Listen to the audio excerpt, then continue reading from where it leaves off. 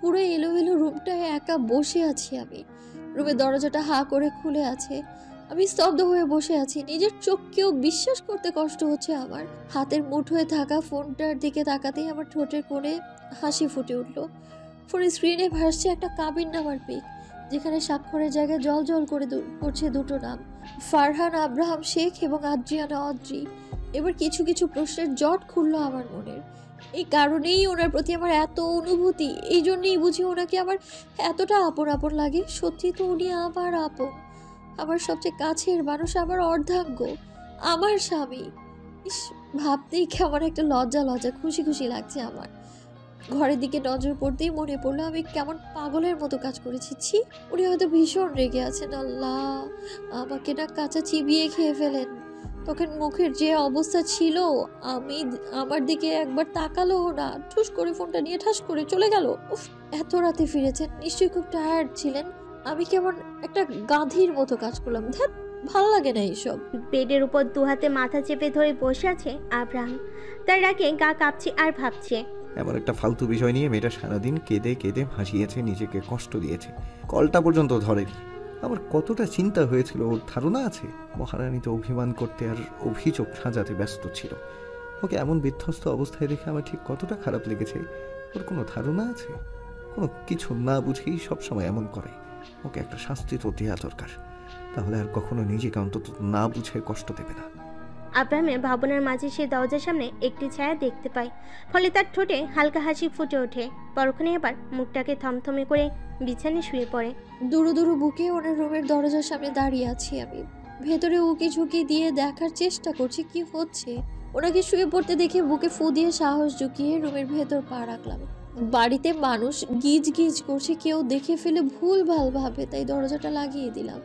উনি চোখ বন্ধ করে শুয়ে আছেন, ঠিক বুঝতে পারলাম না উনি ঘুমিয়ে আছেন নাকি জেগে আছেন। একটু আগে ওনা বসেছিল, এত জলদি কেউ ঘুমিয়ে পড়ে কি জানি।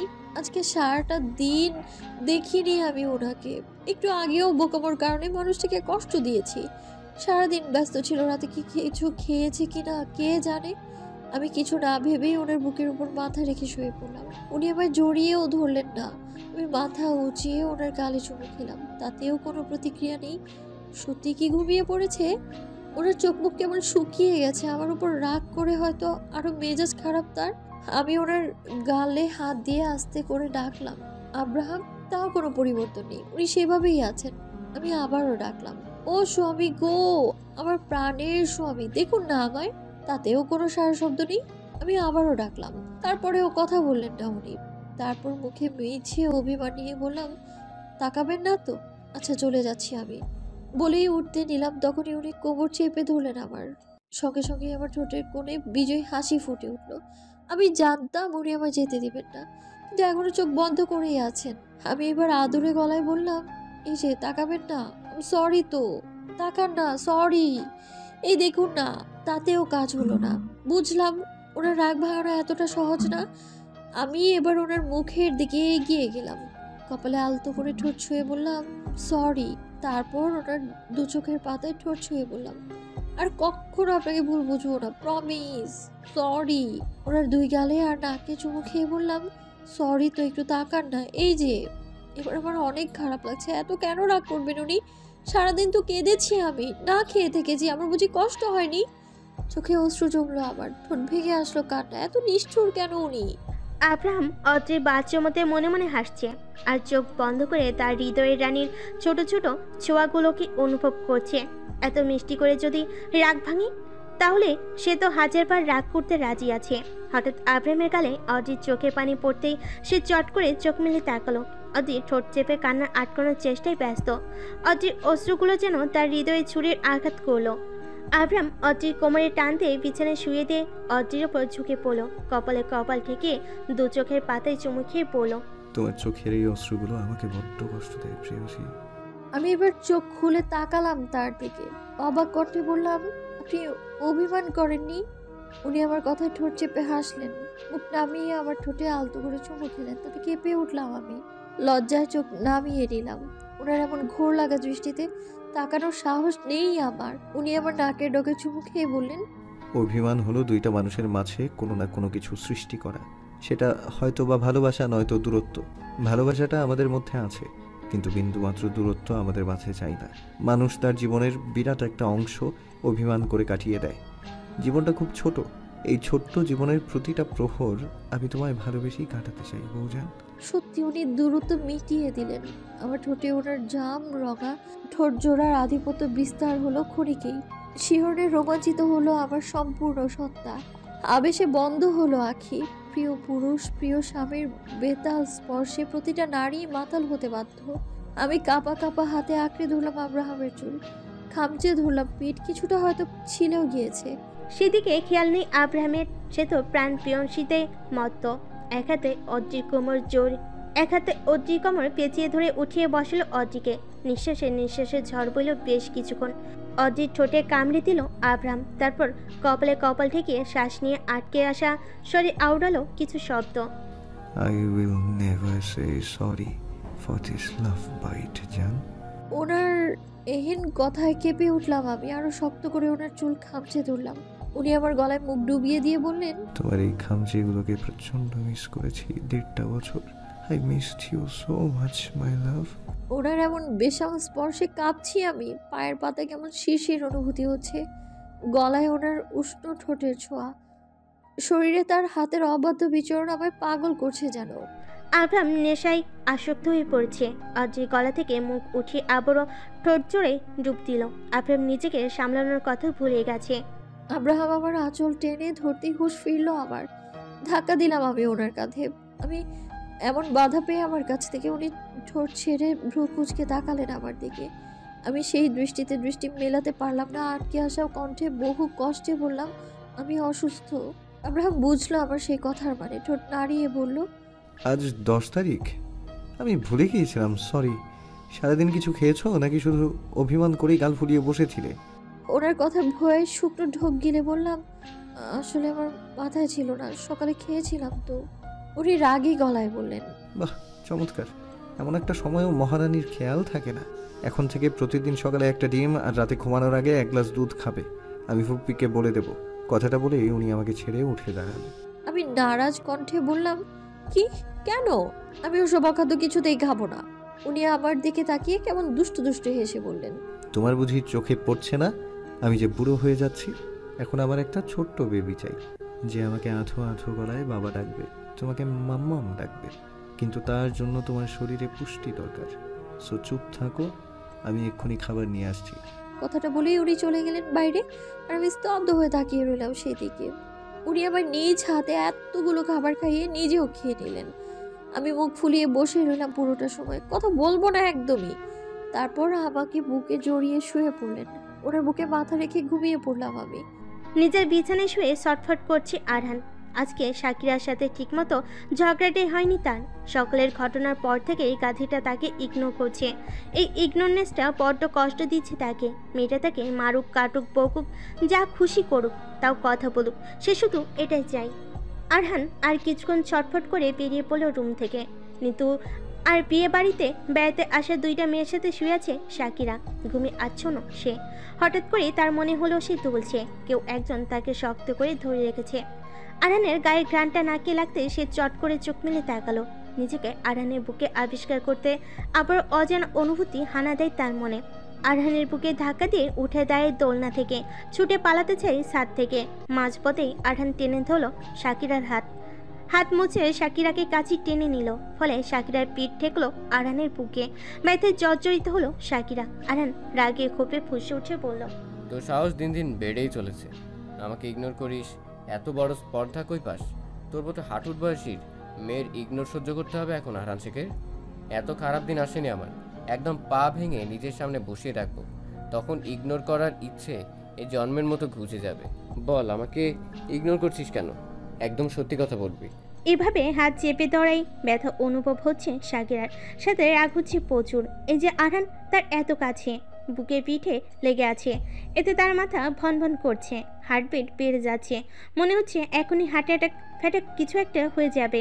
সে রাগে দুঃখে বলে, হাত ছাড়ুন আরহান ভাই, আমি আপনাকে ইগনোর করছি না, আমি শুধু আপনার সামনে আসতে চাইনি। আরহান রাগে কামড়ে দেয় শাকিরার কাঁধে, রাগী গলেই বলে, সেটাকেও ইগনোরই বলে গাধি? এবার কারণটা বল। কারণের উপর নির্ভর করছে তোর শাস্তি কতটা কঠিন হবে। বলবো না, যা খুশি করতে পারেন। শাকিরার এহেন কথাই ঠোঁট এলিয়ে বাঁকা হাসে আরহান। পরপর 3টা চুমু খায় শাকিরার গলায়। তাতেই বেহাল দশা মেয়েটার। শাকিরা চেঁচিয়ে বলে ওঠে, এই কারণেই আপনার সামনে আসতে চাইনি। আপনার কাছে আসলেই আমার মনে হয় হাতটা বুক চিরে বের হয়ে আসবে। অস্বাভাবিকভাবে পিট করতে থাকে, যেন এক্ষুনি অ্যাটাক ফ্যাটাক হয়ে যাবে। আমার দম বন্ধ কর অনুভূতি হয় আরহান ভাই। আমি কি বেশি দিন বাঁচবো না? আমার কি বড় কোনো রোগ হয়েছে আরহান ভাই? শাকিরার কথা শুনে মিটি মিটি হাসছে আরহান। শাকিরার কানে পিঠে ঠোঁট ছুঁয়ে বলে, অনেক বড় রোগ। এই রোগের একটাই চিকিৎসা আছে, কি রোগ? প্রেম রোগ। আর এই রোগের একটাই ওষুধ, তা হলো আরহান শেখ। শাকির এবার বুঝতে পারলো আরহান তার সাথে মজা করছে।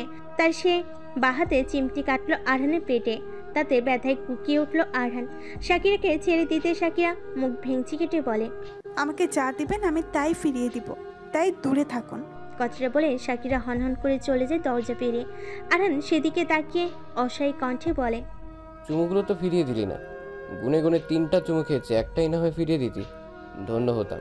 ড্রয়িং রুমে বসে নাস্তা করছি আমি। এখন বেলা 11টা।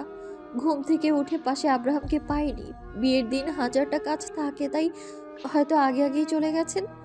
আর আমি বাড়ির বউ হয়ে পড়ে পড়ে ঘুমোচ্ছি। ইস, আমি ওনার বউ ভাবতেই লজ্জা লাগছে আমার। কালকে বোকার মতো কি কান্না টাইনা করছিলাম ওনাকে অন্য কারো ভেবে। অবশ্য একদিক দিয়ে ভালোই হয়েছে, নয়তো এই লোক কখনোই বলতো না, কি সন্দেহ আছে। বিয়ে হবে বিকালের দিকে, বরযাত্রীরা ঢাকায় ফিরে যাবে, তাই বেশি রাত করতে চায় না। দুপুরের খাবার খেয়েই বিয়ে পড়ানো শুরু হবে। খাবার শেষ হতেই আমার ফোনে মেসেজ আসলো, রুমে আসো। মেসেজটা আব্রাহামের, তা দেখেই হাসি ফুটে আমার মুখে। আমি রুমে এসে দেখলাম উনি দাঁড়িয়ে আছেন কাভার্ডের সামনে। আমি যেতেই বললাম, একটা চুজ করে দাও, এক্ষুনি গোসল করে রেডি হব। তুমি বের করে রাখো, আর বিছানায় দেখো একটা শাড়ি রেখেছি, আজকে পরবে।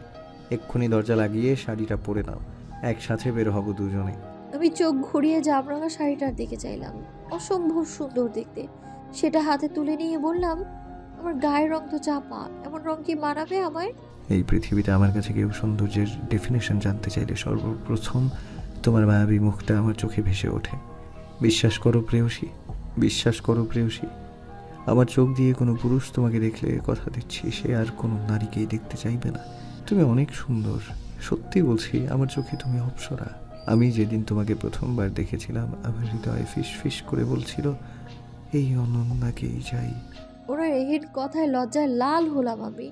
লজ্জা ঢাকতে ওনাকে তাড়া দিয়ে বললাম, জলদি যান, আমরা তো বের হব, যান না। উনি হালকা হেসে চলে গেলেন। ওয়াশরুমে দরজায় দাঁড়িয়ে বলল, থাক, এখন পরো না শাড়িটা, তোমার রূপ শুধু আমার জন্য, কেবলমাত্র আমার দেখার জন্য। কথাটা বলেই উনি ওয়াশরুমে দরজাটা লাগিয়ে দিলেন। ওনার এমন কথায় এবার জোরে হেসে উঠলাম আমি। মানুষটা আসলেই একটা পাগল। শাড়িটা রেখে দিলাম কাভার্ডের এক পাশে। আজকে আকাশটা অনেকটাই মেঘলা মেঘলা। রুদ্র আর সানা পাশাপাশি হাঁটছে রাস্তা ধরে। তারা বেরিয়েছিল রেস্টুরেন্টে লাঞ্চ করতে, তারপর রাস্তায় হাঁটছে। হঠাৎ একটা ফুলের দোকান দেখে চেঁচিয়ে উঠল সানা। রুদ্রর হাত ঝাঁকিয়ে বলল, রুদ্র ভাই দেখো কত সুন্দর বেলি ফুলের মালা, আমি কিনবো, চলো চলো। সারার ঠোঁটের উৎফুল্ল হাসি দেখে রুদ্রও হাসলো। এগিয়ে গেল দোকানে। 3টা বেলি ফুলের মালা কিনে বেঁধে দিল সানার হাতে। তাতে লাজুক লাজুক হাসলো সানা। লজ্জা ঢাকতে নিজে আগে আগে হেঁটে গিয়ে বসে পড়লো গাড়িতে। রুদ্র নিজের পা বাড়ালো সামনের দিকে। তখনই পাশের দোকান থেকে বেরিয়ে এলো কেউ একজন। ধাক্কা লাগলো দুজনের। সে আগন্তুককে দেখেই স্তব্ধ হলো রুদ্র। তার নিজের চোখকে বিশ্বাস হচ্ছে না। সেই একই মায়াবী চোখ, একই মুখ, শুধু বয়সটা একটু বেড়েছে। রুদ্র বিস্ময়ের অভিভূত হলো। তার পুরো পৃথিবী উল্টে গেল যেন। চোখে ভিড় করলো আবেগী অশ্রু, কম্পিত হলো হাত পা। দোকান থেকে ফুলের মালা নিয়ে একা একাই বের হয়ে আসি। আব্রাহাম ভেতরে কি যেন খুঁজছে। আমি গরমে অতিষ্ঠ হয়ে একাই গাড়িতে গিয়ে বসার জন্য বেরিয়ে পড়ি। মাঝপথে হঠাৎ কার সাথে যেন ধাক্কা লাগে। আমি তার দিকে তাকাতেই দেখি লোকটা কেমন অবাক হয়ে তাকিয়ে আছে, যেন পৃথিবীর অষ্টম আশ্চর্য দেখে ফেলেছে সে। আমি সৌজন্যতার খাতিরে ঠোঁটে স্মিত হাসি টেনে বললাম, সরি ভাইয়া, আমি আসলে দেখতে পাইনি আপনাকে। কথাটা বলেই 5 পা এগিয়ে গাড়িতে গিয়ে বসলাম। কালো লেহেঙ্গা পরা শ্যামবনের মেয়েটা হেঁটে হেঁটে চলে গেল সামনে। রুদ্র পাথরের মতো দাঁড়িয়ে দেখলো তা। রুদ্র চোখ বেয়ে অশ্রু গড়ালো। 1.5 বছর যাবৎ যাকে মৃত ভেবে এসেছে সেই মানুষটাকে হঠাৎ জীবিত দেখে কথা বলার ভাষা হারিয়ে ফেলেছে সে। এক দৃষ্টিতে গাড়িটার দিকে তাকিয়ে রইল সে। তখনই আব্রাহাম বেরিয়ে আসলো দোকান থেকে। সামনে তাকিয়ে যা দেখলো তাতে ভ্রু কুঁচকে যায় তার। এগিয়ে গিয়ে গাড়ির দরজা খুলে অড্রির লেহেঙ্গার ওনার কিছুটা অংশ তুলে অড্রির কোলে দিতে দিতে বলে, এতটা কেয়ারলেস কেন তুমি? যদি আমার চোখে না পড়তো কত বড় একটা দুর্ঘটনা ঘটে যেত, স্টুপিড। ওনার এমন বকা খেয়ে ঠোঁট উল্টে তাকালাম আমি। তা দেখে উনি হাসলেন, ঝুঁকে এসে ঠোঁট ছোঁয়ায় আমার কপালে, তাতে হাসি ফোটে আমার ঠোঁটে। এরপর দরজাটা লাগিয়ে ড্রাইভিং সিটে বসে গাড়ি স্টার্ট দেন। আমি তাকিয়ে থাকি তার দিকে মন্ত্রমুগ্ধের মতো। গাড়িটা চলে যেতে চোখের পলক ফেলল রুদ্র। স্তব্ধ হয়ে যাওয়া চোখে মুখে রাগ ফুটে ওঠে। সে বুকের বাম পাশে হাত রেখে পিপি করে বলে, এইবার দুনিয়া উল্টে গেলেও তুমি আমার হবে অজি। ওই আব্রাহাম তোমাকে কিছুতেই পাবে না, কিছুতেই না। তুমি শুধু আমার, শুধু আমার। কথাটা বলে ঘাড় দুলিয়ে হাসতে লাগলো রুদ্র। সেই হিংস্র হাসিতে ভয়ে বুক কাঁপবে যে কারোর। আকাশে বুক চিরে বৃষ্টি নামবে নামবে ভাব। চারিদিকে হাওয়া বইছে, ধুলোতে ভরে উঠেছে আশপাশ। গ্রামীণ অঞ্চলের বৃষ্টি আসার আগের ভাবটাই অন্যরকম হয়। তারপর জ্যৈষ্ঠ মাস মানে আম কুড়োনোর ঝোঁক। ছোট ছোট ছেলেমেয়েরা আম গাছের নিচে টহল দিবে, আম নিয়ে কারাকারি মারামারি হবে। আকাশে গুরুম গুরুম বাজে শব্দে কেঁপে ওঠে গাছের ডালে চুপটি করে বসে থাকা পাখিগুলো। গাড়ির জানালা দিয়ে বাইরে তাকিয়ে আছে সানা। এখনো কেন রুদ্র আসছে না তাই ভেবে সে কুল কিনারা পাচ্ছে না। আর কিছুক্ষণ অপেক্ষা করে সানা দরজার বাঁধ ভাঙল। গাড়ির দরজা খুলে বেরিয়ে আসতে আকাশের বুক চিরে ছোপ ছোপ করে বৃষ্টি চলো ধরনীর বুকে। সেই বৃষ্টির প্রতিটা ফোঁটা ছুঁয়ে গেল 26 বছর বয়সী মেয়েটিকে। মুহূর্তেই ভিজে চুপচুপে হলো সানা। কিছুটা পথ এগিয়ে যেতে দেখলো একটা ফাঁকা বেঞ্চে, ছোট একটা বেঞ্চে বসে আছে তার প্রাণের পুরুষ, তার রুদ্র ভাই। সানার এখনো মনে পড়ে সেই দিনের কথা যখন রুদ্র তার অনুভূতিগুলোকে লাই দিত খুব। সানা তখন সবে 17 বছরের, রূপে গুণে গুণান্বিত অপূর্বা কিশোরী, চোখে রঙিন চশমা, যা দেখে তাই সুন্দর লাগে। হৃদয়ে তখন তার প্রণয়ের ঝড় শুরু হয়েছে। কি করবে না করবে বুঝতে না পেরে অভিমানে ভরে উঠত তার হৃদয়। রুদ্রের ভালোবাসা পাওয়ার নেশায় দিন দিন পাগল হচ্ছিল সে। কিন্তু অপর পাশের ব্যক্তিটি এ বিষয়ে ছিল সম্পূর্ণ অজ্ঞাত। হঠাৎ করেই মাথায় ভূত চাপল সানার। আমেরিকার মতো উন্নত একটা আধুনিক দেশে বড় হয়েও তার দাদির যুগের মেয়েদের মতোই সানা একটি কাগজের পাতায় ক্ষুদ্র ক্ষুদ্র অনুভূতিগুলো সাজিয়ে লিখল। সেই ছোট্ট পাতায় লেখা চিঠিটা লিখতে গিয়ে তার হাত কেঁপেছে অসংখ্যবার। দম বন্ধকার অনুভূতি নিয়ে নিজের অনুভূতিগুলো লিখল সেই কাগজে। চুপি চুপি গিয়ে রুদ্রের বইয়ের ভাঁজে রেখে আসলো সেই অনুভূতিপূর্ণ চিরকুটটা। রুদ্র যখন তার দেওয়া চিঠিটা পড়ে মিটিমিটি হেসেছিল, দরজার আড়ালে লুকিয়ে থাকা সানার বুকের ভিতর নতুন ঝড়ের সৃষ্টি হয়েছিল। এরপর থেকে সে প্রায় চিঠি লিখত। রুদ্রের বিপরীতে কখনো কিছু বলেনি, এমনকি সবসময় নর্মাল ব্যবহার করেছে। তবুও চিঠিগুলো রুদ্র যত্নে সাজিয়ে রাখত। তারপর সময়ের কাটাই বছর ঘুলো, রুদ্র পাড়ি জমালো সুদূর লন্ডনে। তার বেস্ট ফ্রেন্ড ছিল একজন, সেই ছেলেটা তার প্রাণসম ছিল। দুজনেই দুজনকে ছাড়া চলতোই না যেন। সেই ছেলেটা লন্ডনে লেখাপড়া করতে চায়। সেই ইচ্ছাকে প্রাধান্য দিয়ে রুদ্র তার সাথে পা বাড়িয়েছিল। রেখে গিয়েছিল এক বুক অনুভূতি ভরা সানাকে।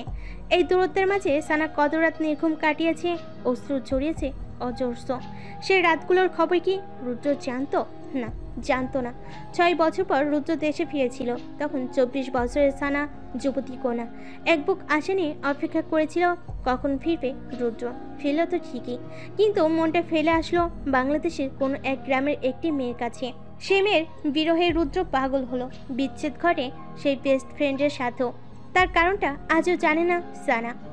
কোনো কারণে রুদ্রর সাথে ছেলেটার কথা বন্ধ হয়েছে। সানাকে কখনোই বলেনি রুদ্র। সানা আজও আফসোস করে সেই ছোট্ট চিঠিগুলোতে কেন নিজের নামটা লিখলো না। তাহলে হয়তোবা রুদ্রের মনে সেই ক্ষণিকের মোহ না হয়ে ভালোবাসার সমুদ্র হয়ে থাকতো। তাহলে রুদ্র শুধু সানার হতো। রুদ্রর পাশে গিয়ে বসে সানা। রুদ্রর চোখের পানি বৃষ্টির সাথে মুছে যাচ্ছে, তবু তা বুঝতে পারল সানা। সে হাত বাড়িয়ে মুছে দিল সেই অশ্রুবিন্দু। রুদ্র অনুভূতিহীন চোখে তাকালো সানার পানে, শক্ত কণ্ঠে বলল, নিজেকে একটু ভালো রাখতে কোনো কিছুকে জোর করে নিজের করে নেওয়াটা কি খুব অন্যায়? রুদ্রের এহেন কথার মানে ধরতে পারল না সানা। তাও রুদ্রর মুখের হাসি ফোটাতে বলল, না রুদ্র ভাই, তুমি যা চাও তাই সঠিক হবে। সানা নিজেও বুঝলো না এই মিথ্যার সান্ত্বনাটা ঝড় বইয়ে দিবে অনেকের জীবনে। সানার উত্তরে ঠোঁট এলিয়ে বাঁকা হাসলো রুদ্র, ফিসফিসিয়ে বলল, the game start now Aussie পাখি।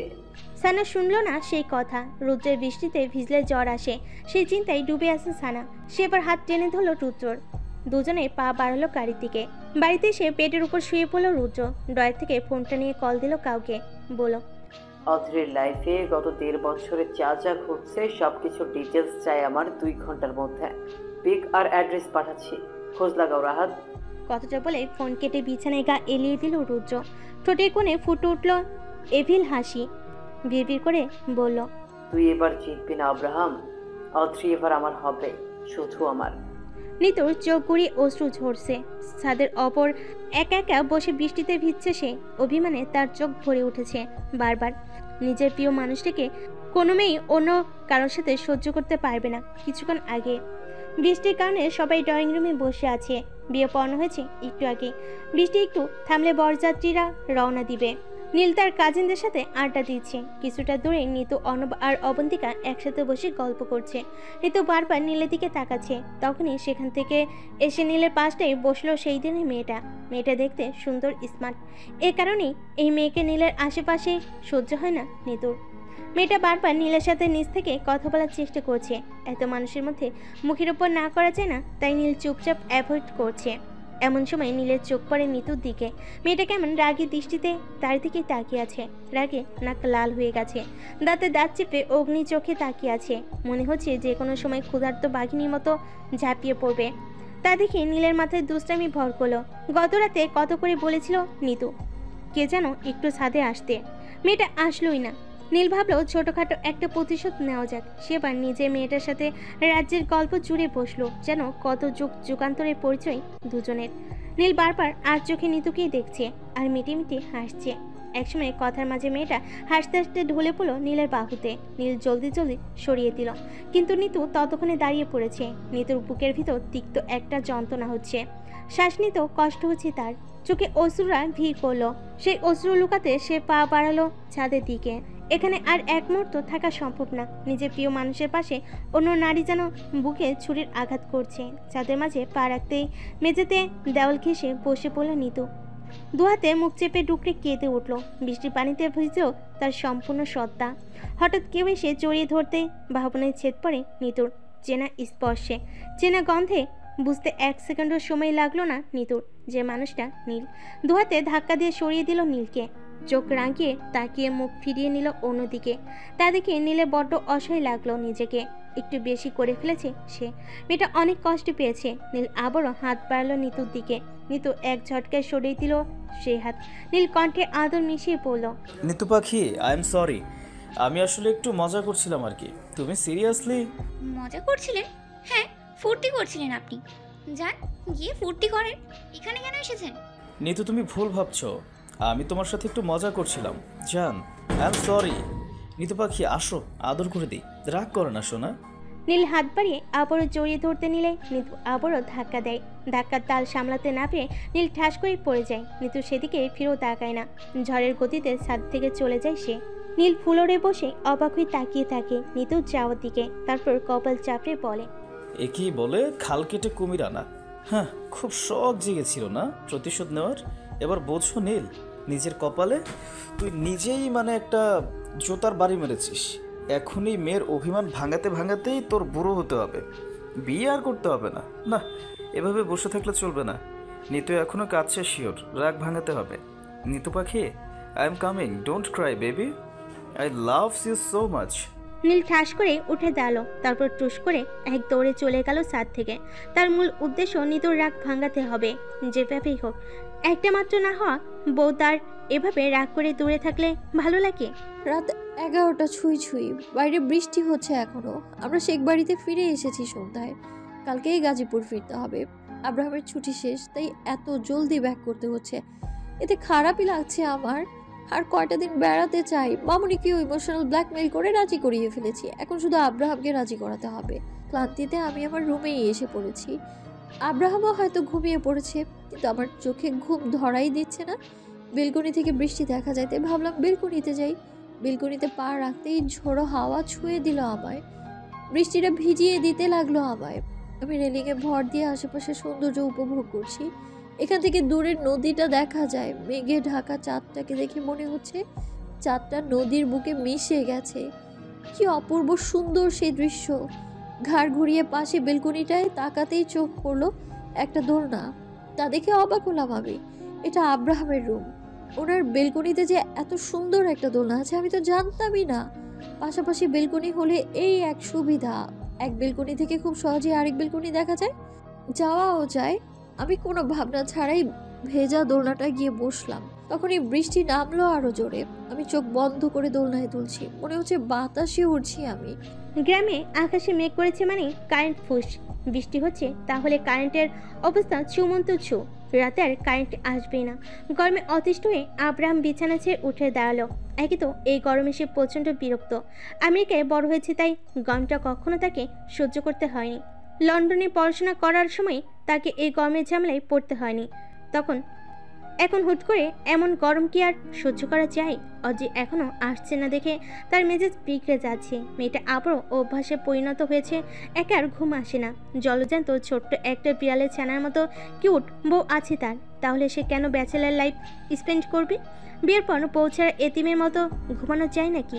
একদম না, অসম্ভব। বেলকনি দরজায় এসে দাঁড়াতেই থমকে গেল সে। বৃষ্টিতে ভেজা চুপচুপে গায়ে চুলগুলো বাতাসে উঠছে। চুলের আগে দিয়ে টপ টপ করে পানি পড়ছে। বৃষ্টির ফোঁটে ফোঁটে যেন রূপ বেয়ে বেয়ে পড়ছে। নিজ অর্ধাঙ্গিনী এমন রৌদ্র উজ্জ্বল রূপে ঝলসে গেল আব্রাহামের হৃদয়। ঝাঁকুনি অনুভব করল নিজ পক্ষে। ভেজা চুপচুপে লতানো অঙ্গে ঘুরে বেড়াচ্ছে আব্রাহামের দৃষ্টি। অজিত চোখে ঠোঁটে গালে লেগে থাকা বৃষ্টির পানিগুলো যেন সম্মিলিত করছে আব্রাহামকে। সে মন্ত্রমুগ্ধ নাই এগিয়ে গেল সেই সম্মোহনীর রমণীর দিকে। বৃষ্টিরা ভিজিয়ে দিল তাকেও। হাত বাড়িয়ে থামিয়ে দিল দোলনাটা। হঠাৎ করেই দোলনা থেমে যাওয়ায় চকিতে তাকালাম আমি।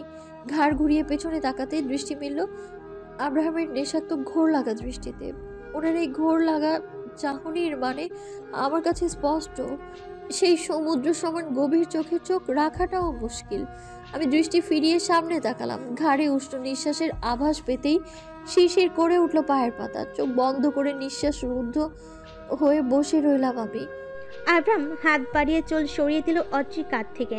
সে স্পর্শে মৃদু কম্পিত হলো অড্রি। আব্রাহাম ঝুঁকে এসে উষ্ণ ঠোঁটে চেপে ধরে অড্রির শীতলতম গলার ভাঁজে ভাঁজে কানে পিঠে ঠোঁট ছুঁয়ে বলে, তুমি বর্ষা মৌসুমের শুভ্র বেলি হয়ে ফুটে ওঠো প্রণয় নগরে। কথা দিচ্ছি আমি বৃষ্টি হয়ে তোমায় ছুঁয়ে যাব ভীষণ আদরে। ওনার এমন কথায় গলা শুকিয়ে কাঠ হলো আমার। আমি এমন রুদ্ধশ্বাসকর পরিস্থিতি থেকে রেহাই পেতে বললাম, রাত হয়েছে, ঘুম পাচ্ছে, আমি বরং যাই। আমরা মানল না সেই নিষেধাজ্ঞা। বসলো আমার পাশে, এক হাতে জড়িয়ে ধরলো ছোট্ট পাখিটাকে নিজ বক্ষে। কাঁধে ঠোঁট ছুঁয়ে বলল, আমি তোমার বিরহে মরছি, আর তুমি নিষ্ঠুর রমণী এই বৃষ্টি বিলাসী হয়ে রূপ ছড়াচ্ছ। এটা কি ঘোর অন্যায় নয়? যা ছোঁয়ার অধিকার কেবলই আমার, তা কেন বৃষ্টি ছুঁয়ে দেবে? ওনার এহেন কথায় ভেবাচাকা খেলাম আমি। কি বলছে এই লোক, পাগল হয়েছে? আমি অবাক কণ্ঠে জিজ্ঞেস করলাম, আব্রাহাম, বাই এনি চান্স আপনি কি নিষ্পাপ বৃষ্টির ফোঁটাগুলোকে হিংসে করছেন? উনি বললেন না কিছু। এক হাতে কোমর পেঁচিয়ে আমাকে ওনার কোলের উপর বসিয়ে দিলেন। আমি হাত বাড়িয়ে ওনার গলা জড়িয়ে ধরে তার দিকে তাকালাম। উনি আমার গালের ঠোঁট চেপে বেশ খানিকটা সময় নিয়ে চুমু খেয়ে বললেন, ইয়াহ, আমি প্রচণ্ড জেলাস। ওরা কত সহজেই তোমাকে ছুঁয়ে দিচ্ছে, যা আমি আপাতত পারছি না। তা দেখি আমার হৃদয় জ্বলছে। ওনার কথা শুনে হেসে উঠলাম আমি। গা এলিয়ে দিলাম তার বুকে। আবেশে বন্ধ হলো আমার চোখ জোড়া। এই মানুষটা আমার, ভাবতেই অন্যরকম একটা শান্তি শান্তি লাগে। চৌরাস্তার মোড়ে ফাঁকা রাস্তায় চুপচুপ বৃষ্টির মাঝে কাদা পানিতে নুপুরের শব্দ তুলে অগ্রসর হচ্ছে এক রূপবতী কন্যা। এই মধ্যরাতে এমন লাবণ্যময়ী মেয়েকে রাস্তার মাঝে দেখলে কেউ কেউ ভাববে আসমানের পরী, আর কেউ কেউ ভাববে নিশ্চিত পল্লীর নারী, নয়তো অশ্বরী আত্মা। কিন্তু এর মধ্যে একটাও না এই মেয়েটা। এই কাদার মাঝে হাঁটতে বিরক্ত লাগছে পিঠার। ফ্রেন্ডের বার্থডে উপলক্ষে বেরিয়েছিল বাড়ি থেকে। এতটা লেট হবে বুঝে উঠতে পারেনি পিঠা। রূপে গুণে গুণান্বিত এই কন্যাকে বাবা সহজে একা ছাড়ে না। চালুতা কেবল পিতার উঠবি হাজবেন্ডের সাথেই ছাড়ে। সে তো আরেক পাগল। পিতাকে মাস্ক আর বোরখা ছাড়া বাড়ির বাইরে বের হতে দিবে না, পুরোপুরি নিষেধাজ্ঞা জারি করা হয়েছে। পিতার ভাবনার মাঝে একটা কালো জিপ গাড়ি এসে থামলো তার সামনে। চমকে উঠল মেয়েটা, কয়েক কদম পিছিয়ে গেল। তখনই গাড়ি খুলে বের হলো দুজন ছেলে। তাদেরকে চিৎকার করতে চাইল পিতা, কিন্তু তার আগে নাকি রুমাল চেপে ধরলো তার। চোখ বুঝে এলো পিতার, ঠোঁট পাকিয়ে হাসলো সেই বড্ড রহস্যময়ী সেই হাসি। পিতাকে নিয়ে এক মুহূর্তেই স্থান ত্যাগ করলো কালো রঙা গাড়িটা। কিছুটা দূরেই দাঁড়িয়ে এসব কিছু গভীরভাবে পর্যবেক্ষণ করছিল একজন 28 বছরের যুবক। চোখে ভাসছে ভয়ের ছাপ। পরেক্ষণে ঠোঁট বাঁকিয়ে হাসলো সে। ফোন বের করে মেসেজ করলো একটা নাম্বারে, তারপর বাইক চালিয়ে বের হয়ে গেল বৃষ্টি ভেজা রাস্তার পাকে। রাত প্রায় 2:30 ছুঁই ছুঁই। এতক্ষণ কারেন্ট ছিল না, তাও শাকিরা ভয় পায়নি। অন্ধকারে ঘুমানোর চেষ্টা করেছে, প্রায় ঘুমিয়ে পড়েছিল। তখনই ঠাস করে শব্দ হয় বাজ পড়া। ভয়ে আতঙ্কে লাফিয়ে ওঠে। চোখের সামনে ভেসে ওঠে বৃষ্টির মধ্যে সেই রাতের ভয়াবহ স্মৃতিগুলো। কানে ভেসে আসে একটা মেয়ের গগন বিদারী চিৎকার, এখনো তার কানে ভাসে। মনে হচ্ছে কে যেন বলছে, ছেড়ে দাও আমায়, বাঁচাও, আমায় বাঁচাও প্লিজ, আমার এত বড় ক্ষতি করো না, আমার ছোট্ট একটা মেয়ে আছে, আমার মেয়েটা মাছেরা মরে যাবে। শাকিরা কানে হাত দিয়ে কাঁপতে কাঁপতে থাকে, চোখ বেয়ে অনর্গল পানি পড়ছে। মেঘে ঘেমে একাকার হয়ে গেছে তার শরীর। শাকিরা এক নাগারে বলে চলেছে, ছেড়ে দাও ওকে, ছেড়ে দাও প্লিজ, ওনার কষ্ট হচ্ছে, ছাড়ো না, ছেড়ে দাও, না না না না, ছাড়ো ছাড়ো, কে তোমরা, মেরো না, মেরো না। নিজের রুমে ঘুমিয়ে আছে আরহান। হঠাৎ জোরে বাজ পড়ার শব্দে ঘুম ভেঙে গেল তার। ঘুম ঘুম চোখ মেলে তাকালো, কিছু একটা মনে পড়তেই ও নো নো শিট বলে দৌড়ে চলে গেল বেলকুনিতে। পাশের বেলকুনিতে রুমে ঢুকতে ভয়ে আটকে উঠে সে। ঠিক যা ভেবেছিল তাই হচ্ছে। 13টা বছর ধরে প্রতিটা বাজ পড়ার বৃষ্টির রাতগুলো আরহান নির্ঘুম কাটিয়েছে। 13 বছরের একটা ঘটনার কারণে শাকিরার বাজের শব্দ ফোবিয়া সৃষ্টি হয়। সেই 4 বছর বয়সী শাকিরাকে সেই দিন থেকেই 12 বছর বয়সী আরহান বুকে আগলে রেখে এই বৃষ্টির রাতগুলোতে সামলে এসেছে। বড়রা প্রথম দিকে জানলেও সময়ের সাথে সাথে তারও ভুলে গেছে। তারা কয়েকটা ডাক্তার দেখানোর পর ক্লান্ত হয়ে থেমে গেল। বয়স বাড়লে শাকিরা যখন চিৎকার করে কান্না করা বাদ দিল, তখন সবাই ভেবে নিল শাকিরা সুস্থ হয়ে গেছে। অথচ আরহানই জানে এসব প্রতিটা রাত সে মেয়েটাকে বুকের মাঝে আগলে রেখে সামলেছে। শাকিরা আরহানের বুকে মাথা গুঁজে কেঁদেছে, পাগলামি করেছে। সেসব আরহানের জন্য বিষের জ্বালার চেয়েও বেশি কষ্টকর। শাকিরা দু হাতে মাথা চেপে ধরে ভয়ে হালকা চেঁচিয়ে উঠল, আরহান, আরহান ভাই কোথায় তুমি? আমার কষ্ট হচ্ছে আরহান ভাই, হাসছো না কেন আরহান?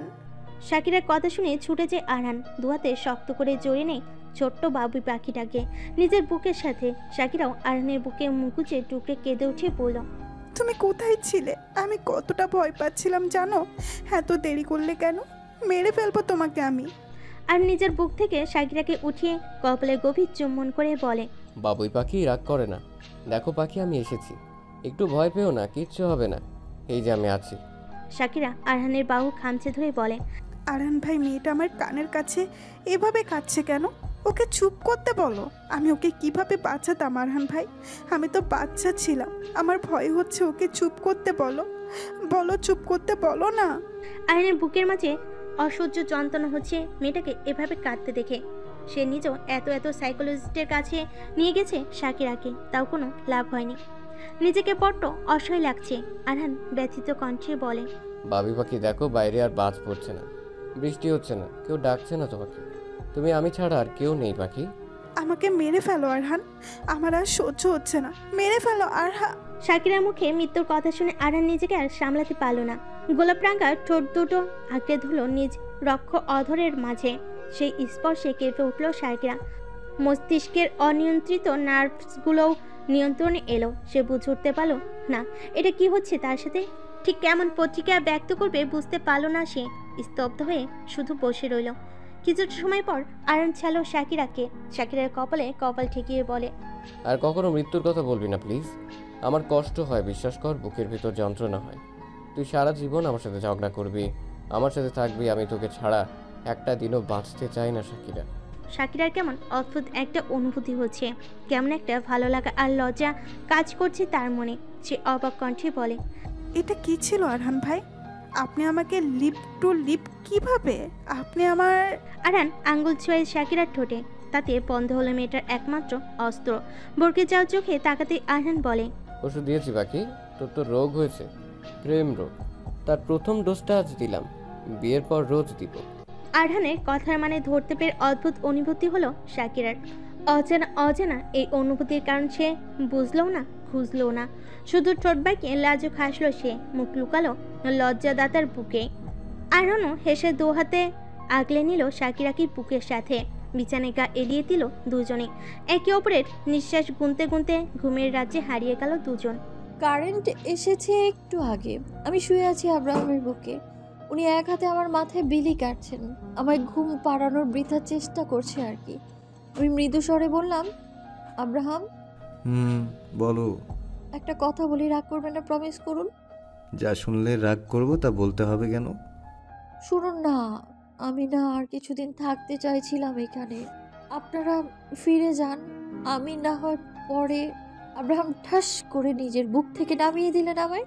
ঠোঁটে ঠোঁট চেপে চুমু খেয়ে বললেন, বউ ছাড়া আর এক রাতও থাকতে পারবো না আমি, তাই তুমি কালকেই ফিরে যাচ্ছ আমার সাথে। আমি গাল ফুলিয়ে বললাম, এমন করছেন যেন বউ ছাড়া কখনো থাকেননি। 1.5 বছর তো ঠিকই ছিলেন, আর কয়দিন থাকলে কি হবে? আব্রাহাম আমার নাকের ডগায় কামড় বসিয়ে দিলেন। আমি ব্যথায় কুকিয়ে উঠে ধাক্কা দিলাম তার বক্ষে, সরাতে পারলাম না একটু। আব্রাহাম কামড় দেয়া জায়গায় ঠোঁট চেপে চুমু খেয়ে বলল, কে বলেছে তোমাকে ছাড়া থেকেছি আমি? প্রতি রাতেই আসতাম, হাই ডোজের ঔষধ খাইয়ে। তুমি বুঝতেও পারতে না। তুমি জানো এই 1.5 বছর আমার জীবনের সবচেয়ে খারাপ একটা অধ্যায়। কাছের দুটো মানুষকে হারিয়ে পাগল প্রায় অবস্থা ছিল আমার। তোমাকে পেয়ে এখন আমার কতটা ভালো লাগছে বলে বোঝাতে পারবো না। আমি সন্দিহান দৃষ্টিতে তাকিয়ে বললাম, দুজন মানে? আরেকটা কে? কোন মেয়ে? আব্রাহাম জোরে হেসে বলল, তুমি ছাড়া আমার লাইফে আর কোনো মেয়ে নেই পাগলি বাবু আমার। ওটা আমার ভাই, বেস্ট ফ্রেন্ড। হঠাৎ করেই যোগাযোগ বন্ধ করে দিয়েছে। আমার যখন ওকে সবচেয়ে বেশি প্রয়োজন ছিল তখনই কোথায় যেন হারিয়ে গেল। অনেক খুঁজেছি, পাইনি। জলজ্যান্ত ছেলেটা যেন হাওয়ায় মিলিয়ে গেল। অটি বুঝতে পারলো আব্রাহামের মুড খারাপ হয়ে যাচ্ছে, তাই সে আব্রাহামের গলা জড়িয়ে ধরে চুমু খেলো আব্রাহামের গালে। আলাতে কণ্ঠে বলল, ভালোবাসি আব্রাহাম, অনেক ভালোবাসি আমি আপনাকে। আমি আমার বাকিটা জীবন আপনার সাথে কাটাতে চাই। আব্রাহাম ঠোঁট চেপে ধরে অটির গলায় ফিসফিসিয়ে বলল, আমিও ভালোবাসি জান। যত বেশি ভালোবাসি তোমায় ততই নতুন লাগে। প্রতি প্রহরে তোমার নামে নতুন করে অনুভূতি জাগে হাজারো। আমার প্রেমটা একটা গভীর সমুদ্রের মতো, যে সমুদ্রের কোনো কিনারা নেই। আবেশে চোখ বুজে এলো আমার। রাজ্যের ঘুম লাগলো চোখের পাতায়। কখন যে ঘুমিয়ে পড়লাম নিজেও জানি না। অজি কোনো সার শব্দ না পেয়ে আব্রাহাম গলা থেকে মুখ তুলে তাকালো। অজিকে ঘুমিয়ে পড়তে দেখে ঠোঁট বাঁকিয়ে হাসলো। ফোঁস করে একটা নিঃশ্বাস ফেলে পড়ল, এটা কিন্তু অন্যায় বউ। আমার বুকে আর মান জাগিয়ে এইভাবে ঘুমোচ্ছ বউ জান। সুস্থ হও। শুধু 1.5 বছরের প্রতিটা ছটফট করা রাতে শোধ তুলবো এবার আমি। কথা দিচ্ছি, একটুও ছাড় পাবে না তুমি। জ্ঞান ফিরতে পিটপিট করে তাকায় পৃথা। তীক্ষ্ণ চোখে চারপাশে তাকাতে দেখে তার সমবয়সী অনেকগুলো মেয়ে ছড়িয়ে ছিটিয়ে এদিক সেদিকে পড়ে আছে। কেউ কেউ গুনগুনিয়ে কাঁদছে, কেউ কেউ গভীর ঘুমে আচ্ছন্ন। একটা গোডনের মতো জায়গায় আছে সে। তাকিয়ে দেখলো আশপাশে কেউ নেই, তাই নিজের গলার লকেটটার দিকে তাকিয়ে পড়ল। আমি অসুস্থ আছি। তখনই রুমে প্রবেশ করলো কেউ একজন। সে এসেই গুনতে শুরু করে সব মেয়েকে। এরপর ফোন কানে নিয়ে বলে, অপর পাশে হেসে ওঠে কেউ একজন। তুই যদি আমার জানটাও চাইতি আমি হাসি মুখে দিয়ে দিতাম। একটা মেয়ে কেন, ওর মতো হাজারটা মেয়েকে আমি তোর জন্য বিনা দ্বিধায় ছেড়ে দিতাম, কিন্তু তুই তো আমার বিশ্বাসটাই রাখতে পারলি না। তবে কেন তোর জন্য আমি নিজেকে কষ্ট দিব? তুই নিজেই একদিন বলেছিলি বন্ধুত্বে সব কিছুর ক্ষমা হয়, বিশ্বাসঘাতকতার কোনো ক্ষমা নেই। তাও কেন তোকে ছেড়ে দিব আমি? এবার তো ছেড়ে নেওয়ার পালা। চোখে আকাশ সম ঘৃণে নিয়ে বিড়বিড় করে কথাগুলো বলে। সিগারেটের প্যাকেট থেকে একটা সিগারেট ধরিয়ে নিতে চাইল রুদ্র, কিন্তু পারল না। চোখে ভাসলো একটা মুখ, কানে বাজলো কিছু কথা। ভাই তুই কখনো এইসব মদ সিগারেট ছুবি না। আমি তোর নাতিপুতির সাথে আবার নাতিপুতির বিয়ে দিব, তাই তোকে অনেক দিন বাঁচতে হবে। সো এইসব ছাইপাস খাবি না কখনো, প্রমিস কর। ভাবনার মাঝে রুদ্র মুখে হাসি ফুটলো, পরক্ষণেই মুছে গেল সেই হাসির রেশ। ক্রোধ উপচে পড়লো তার চোখে মুখে। ক্রোধিত কণ্ঠে আওড়ালো কিছু বাক্য। যে মেয়ের কারণে তুই আমাকে এইভাবে ঠকালি, সেই মেয়েকে তুই কখনোই পাবে না, আমি পেতেই দিব না। বাসের ভেতর একে একে বসছে সবাই। আমি বসেছি জানালার পাশে সিটে। নিতু ধূপধাপ শব্দ করে এসে ঠাস করে বসে পড়লো আমার পাশে। আমি ভরকে গিয়ে তাকালাম ওর দিকে। আব্রাহাম বলেছেন উনি আমার সাথেই বসবেন। ভালোই হয়েছে, আমায় জোর করে এনেছেন, এখন সারা রাস্তা আলাদা থাকবেন। হ্যাঁ, নিতুকে ওখানে বসতে দেখে চোখ বড় বড় হয়ে গেল নীলের। বাহ, এখনো এত রেগে? নীল সিট থেকে উঠেছে এমন সময় বাসে উঠলো আব্রাহাম। নিতুকে অদ্রির পাশে দেখে ভুল কুচিয়ে যায়, তার পকেটে হাত গুজে এগিয়ে যেতে যেতে বলে, মাই ডিয়ার শালিকা, আপনি আমার বউয়ের পাশে বসেছেন কেন? আব্রাহামের কথায় নিতু ইয়া বড় একটা হাসি দিয়ে পড়ল। মাই ডিয়ার দুলা ভাই, একদিন বউ ছাড়া থাকলেই কিচ্ছু হবে না। আমি আমার বান্ধবীকে ছাড়ছি না, আপনি সাইডে গিয়ে বসুন, সিটের তো অভাব নেই। নিতুর কথা শুনে আব্রাহামের মুখের অবস্থা এমন হলো যেন কোনো ছোট বাচ্চা থেকে কেউ চকলেট কেড়ে নিয়েছে। আব্রাহাম ফোঁস একটা নিঃশ্বাস ফেলে চোখ কপালে উঠিয়ে বলে, কে বলেছে কিছু হবে না? বউ ছাড়া একদিন তো অনেক বড় ব্যাপার। আমি তো এক সেকেন্ডও থাকতে পারছি না। এই দেখো, আমি নিঃশ্বাস নিতে পারছি না, আমি অক্সিজেন খুঁজে পাচ্ছি না। আমার বউ আমার অক্সিজেন। ওনার কথা শুনে বাস ভর্তি মানুষ হেসে ফেললো। আমি তো লজ্জায় শেষ হয়ে যাচ্ছি, এত বেহায়া কেন এই লোকটা? নিতু নাকের ডগা থেকে চশমাটা উপরে উঠিয়ে দিয়ে বলল, এত কষ্ট হলে অক্সিজেন মাস্ক পরে থাকুন, আপনার বউ আপনি পাচ্ছেন না, দুঃখিত। আব্রাহাম এবার রাগী দৃষ্টিতে তাকালো নীলের দিকে, দাঁতে দাঁত চেপে পড়ল, নীল, তোকে পিটিয়ে লাল বানিয়ে দেবো। তোর বউকে সরা এখান থেকে। তুই বউ ছাড়া থাকতে পারলো, আমি পারবো না, নিয়ে যা। ওনার কথায় আমি দু হাতে মুখ ঢেকে ফেললাম। হায় হায়, এই লোক নাকি কলেজের টিচার, একটু লাজ লজ্জা নিচ্ছি। অপরদিকে নীল দৌড়ে এসে বলল, ভাই বিশ্বাস করো, আমিও বউ ছাড়া থাকতে চাই না, দয়া করে বেরেটটা করিয়ে দাও। সত্যি বলছি, বউকে তোমাদের আশেপাশেও ঘেঁষতে দিব না। আপনাকে কে বিয়ে করবে? আমার তো ঠেকা পড়েনি। শুনুন, নিজের রাস্তা মাপুন, হাওয়া আসতে দিন, গরম লাগছে আমার। আব্রাহাম এবার নিজের পকেট থেকে ক্রেডিট কার্ডটা বের করে বাঁকা হাসলো, নীলের দিকে তাকিয়ে পড়ল, এক্ষুনি নিতুকে নিয়ে যা, তাহলে 2 দিনের জন্য এটা তোর, যা খুশি করবি। নীলের চোখ যারা চকচক করে উঠল, যেন সে লটারি পেয়েছে। অবশ্য আব্রাহামের ক্রেডিট কার্ড কোনো লটারি থেকে কম না। নীল সাতের হাতা ফোল্ড করতে করতে এগিয়ে এসে নিতুর সামনে দাঁড়ায়। নিতু মুখ ভেঙচি কেটে অন্যদিকে তাকালো। নীল নিতুর কানের কাছে ঝুঁকে ফিসফিস করে পড়ল, জান, তুমি কি ভরা বাসে আমার কোলে উঠতে চাইছো? তাতে অবশ্য আমার কোনো সমস্যা নেই, তুমি চাইলেই আমি কোলে নিতে পারি। তারপর হাত বাড়িয়ে দিয়ে বলল, নেব? নিতু কিছু বলল না, উঠে গিয়ে দাঁড়ালো অর্ণবের সিটের সামনে। তাই দেখে অর্ণব ভয় পাওয়ার ভঙ্গিতে বলল, বইন, সবে আমার একটা প্রেম হয়েছে, বিয়েটাও হয়নি। এখনই কাবাবে হাড্ডি হয়ে কোনো প্রেমিকের অভিশাপ পেতে চাই না। আমি এক সিটে বসবো, পাশের সিটে আমার ব্যাগ বসবে, তাই তুই তোর নিজ জায়গায় যা। নিতুর আগে ধুম করে একটা কিল বসিয়ে দিল অর্ণবের কাঁধে। অর্ণব চেঁচিয়ে উঠে বলল, নীল, এটাকে নিবি এখান থেকে, তোর জন্য মার খেতে হচ্ছে আমাকে। প্র্যাকটিস করে নে, কয়েকদিন পর থেকে এমন মার রোজ খাবি। আসলেই তো। নিতু রাগিয়ে দৃষ্টিতে তাকালো নীলের দিকে। নীল ঠোঁট উঁচিয়ে চুমুর ভঙ্গিমা করলো, তাদের সাথে সাথে চোখ ফিরিয়ে নিয়ে বসলো জানালার সিটে। নীল মাথা চুলকে নিতুর পাশে গা ঘেঁষে বসলো, কানের কাছে ঠোঁট ছুঁয়ে বলল, আই মিস ইউ জান, সরি সোনা, একটু কথা বলো, তোমার প্রেমের অভাবে শুকিয়ে যাচ্ছে। নিতু তাও কিছু বলল না, চোখ বন্ধ করে অনুভূতি দমনে ব্যস্ত সে। আব্রাহাম আমার পাশে বসতেই আমি চোখ ছোট ছোট করে বললাম, এসব কি হচ্ছিল এতক্ষণ? উনিও আমার মতো চোখ ছোট ছোট করে বলল, কেন তুমি দেখতে পাওনি? গাজীপুরে গিয়ে ভালো একটা চোখের ডাক্তার দেখাবো ওকে। এই আপনারা কলেজের টিচার, এমন করলে লোকে সারবাদ দিয়ে বউ পাগলা টাকা শুরু করবে আপনাকে। তো কি হয়েছে? টিচারদের কি বউ থাকে না? তাদের কি বউ পাগল হতে নেই? দুনিয়া উল্টে যাক, আমি সারা জীবন বউ পাগল হয়েই থাকতে চাই। কথাটা বলেই আব্রাহাম চুমু খেলেন আমার গালে। আমি চোখ বড় বড় করে আশেপাশে তাকালাম, ভাগ্যিস কেউ দেখেনি। চোখ কটমট করে ওনার দিকে তাকিয়ে বললাম, দূরে থাকুন অসভ্য পুরুষ মানুষ। উনি হাত বাড়িয়ে আমার কোমর চেপে ধরে নিজের সাথে মিশিয়ে নিয়ে বললেন, চোখ বেরিয়ে আসবে তো জান, চুপচাপ কাঁধে মাথা রেখে ঘুমাও, নয়তো শরীর খারাপ করতে পারে। আমি ওনার কথায় মুচকি হেসে ওনার হাত জড়িয়ে কাঁধে মাথা রাখলাম। এমন একটা মানুষ পেলে দুনিয়া ভুলতেও রাজি আছি আমি। বাংলাদেশ শাহজালাল আন্তর্জাতিক বিমানবন্দর থেকে বের হয়ে এলেন মিস্টার আমজাদ চৌধুরী, বাংলাদেশের টপ 10 বিজনেসম্যানদের মধ্যে একজন। ওনার of Chowdhury group of industries এর আশপাশে বডিগার্ড রয়েছে মোট 10টি। বডিগার্ড ছাড়া তিনি এক পাও মাটিতে ফেলেন না। তিনি কখন কোথায় থাকেন সেই খবর সাংবাদিকরাও জানে না। তার নামে বিভিন্ন স্থানে অনাথ আশ্রম, বৃদ্ধাশ্রম রয়েছে। দুনিয়ার সামনে সে একজন সৎ, ব্যক্তিত্ববান বিজনেসম্যান। তবে তার মুখোশের আড়ালে কি আছে কেউই জানে না। তিনি পকেট থেকে ফোন বের করে কল দিয়ে বলল, আই এম ইন বাংলাদেশ, খুব জলদি দেখা হচ্ছে অভিমন্য। বাড়িতে এসেছি কিছুক্ষণ আগে। আমি নিজের রুমে এসে ওয়াশরুম থেকে ফ্রেশ হয়ে বিছানায় গা এলিয়ে দিতেই আব্রাহাম ঢুকলেন আমার রুমে। ওনার হাতে এখনও ওনার লাগেজটা। মাথার চুলের পানি দেখে বুঝলাম উনি শাওয়ার নিয়েছেন। উনি আমার দিকে একবার তাকিয়ে আমার আলমারির কাছে গেলেন। তা দেখে চোখ বড় বড় হয়ে গেল আমার। আলমারিটা খুললেই আমার মান সম্মান সব হাওয়ায় মিশে যেতে সময় লাগবে না? আমি চেঁচিয়ে বললাম, এই খুলবেন না। উনি শুনলেন না আমার কথা। ঠাস করে আলমারি খুলতেই চোখ বড় বড় হয়ে গেল আব্রাহামের।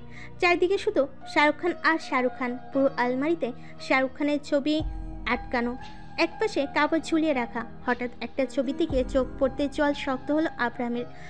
ছবিটা মূলত শাহরুখ খানের একটা শর্টলেস হট পিক, তাতে আবার কলম দিয়ে লেখা, মাই হটিনটি জান। আব্রাহাম হাত বাড়িয়ে ছবিটা নিল, তারপর রাগে কটমট করে তাকালো অর্জির দিকে। ওনাকে এইভাবে তাকাতে দেখে ভ্রু কুচকে এলো আমার। আমি শাহরুখ খানের বিরাট বড় অন্ধ ভক্ত, তাতে ওনার রাগের কি সম্পর্ক? আবার ভাবনার মাঝে উনি দু হাতে মুছে ধরলেন ছবিটা। কট করে শব্দ হলো তাতে। আমি আঁতকে উঠলাম, প্রায় চিৎকার করেই বললাম, না না না আব্রাহাম, ওটা ভাঙবেন না প্লিজ। কিন্তু ততক্ষণে ফ্রেমটা ভেঙে চুরমার হয়ে গেছে। আমার চোখ ভরে উঠলো তা দেখে। অর্জির এমন চোখ ভরা পানি দেখে আব্রাহামের মাথায় ধপধপ করে আগুন জ্বলে উঠল। যেখানে সে অর্জির ভাবনাতেও কোনো পুরুষকে সহ্য করতে পারে না, সেখানে এই মেয়ে কিনা নিজের রুমে অন্য পুরুষের ছবিতে ভরিয়ে ফেলেছে। সাংঘাতিক ব্যাপার সেপার। আব্রাহাম রাগে ধপধপ পা ফেলে এগিয়ে গেল দরজার দিকে। ঠাস করে দরজাটা লাগিয়ে দিল। সেই শব্দে কেঁপে উঠল বেচারি আমার নিষ্পাপ মনটা। আব্রাহাম আমার দিকে এগিয়ে আসতে আসতে শার্টের বোতাম খুলে ছুঁড়ে মারলেন আমার মুখে। আমি মুখ থেকে শার্টটা সরিয়ে ওনার দিকে তাকাতেই মুখটা অটোমেটিক হা হয়ে গেল আমার। ওনার 6 প্যাক বডি, ফোলা ফোলা দু হাতের পেশি, ফর্সা বুকে ছোট ছোট লোক দেখে গলা শুকিয়ে কাঠ হলো আমার। একদম হলিউডের হিরোদের মতো বডি বানিয়েছেন। অদ্রিকে এভাবে তাকিয়ে থাকতে দেখে ঠোঁট বাঁকিয়ে হাসলো আব্রাহাম। পরক্ষণেই অদ্রির গাল চেপে ধরল, রাগী কণ্ঠে বলল, আমার বউয়ের আলমারিতে অন্য পুরুষের ছবি? বাহ, চমৎকার। আমার ঠিক কি করতে ইচ্ছে করছে জানো? তোমার মনটাকে পুড়িয়ে ছাড়খাড় করে দিতে ইচ্ছে করছে। সেখানে অন্য কারো বিন্দু মাত্র স্থান আমি সহ্য করতে পারবো না, জান, একটুও না। ব্যথায় চোখ বুজে এলো আমার। দু হাতে ওনার বুকে ধাক্কা দিয়ে বললাম, আব্রাহাম ব্যথা পাচ্ছি, ছাড়ুন। আব্রাহাম সাথে সাথেই ছেড়ে দিল আমায়। আমি চোখ পিট করে ওনার দিকে তাকাতেই উনি আমার অধরে অধর ডুবিয়ে দিলেন। প্রচন্ড অবাক হলাম আমি। একটু আগে ওনার রেগেছিল লোকটা। ঠোঁটের স্পর্শ গভীর হতেই চোখ বুজে এলো আমার।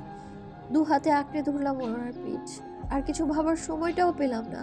কিছুক্ষণ পর উনি ছেড়ে দিলেন আমায়। লজ্জায় চোখ বন্ধ করে থরথর করে কাঁপছি এখনো আমি। জবে থেকে জানতে পেরেছি উনি আমার হাজবেন্ড, তারপর থেকে আরো বেশি লজ্জা লজ্জা লাগছে ওনাকে। কেন লাগে আমি নিজেও জানি না। অদ্রিকে এভাবে কাঁপতে দেখে আব্রাহাম শুয়ে পড়ল বিছানায়। হাত টান দিয়ে অদ্রিকে ফেলল নিজের বুকের উপর। দু হাতে কোমর জড়িয়ে ধরে দুষ্টু হেসে বলল, এখন তাকাচ্ছ না কেন? দেখো তো আমি হট কিনা। আমেরিকার কত মেয়ে আমার জন্য পাগল ছিল জানো? তবে আমি তো জানতাম বাংলাদেশে আমার জন্য ছোট্ট একটা বউ ঠিক করা আছে, তাই কাউকে কখনো বার্তা দিইনি। ওনার কথায় ভ্রু কুচকে তাকালাম আমি।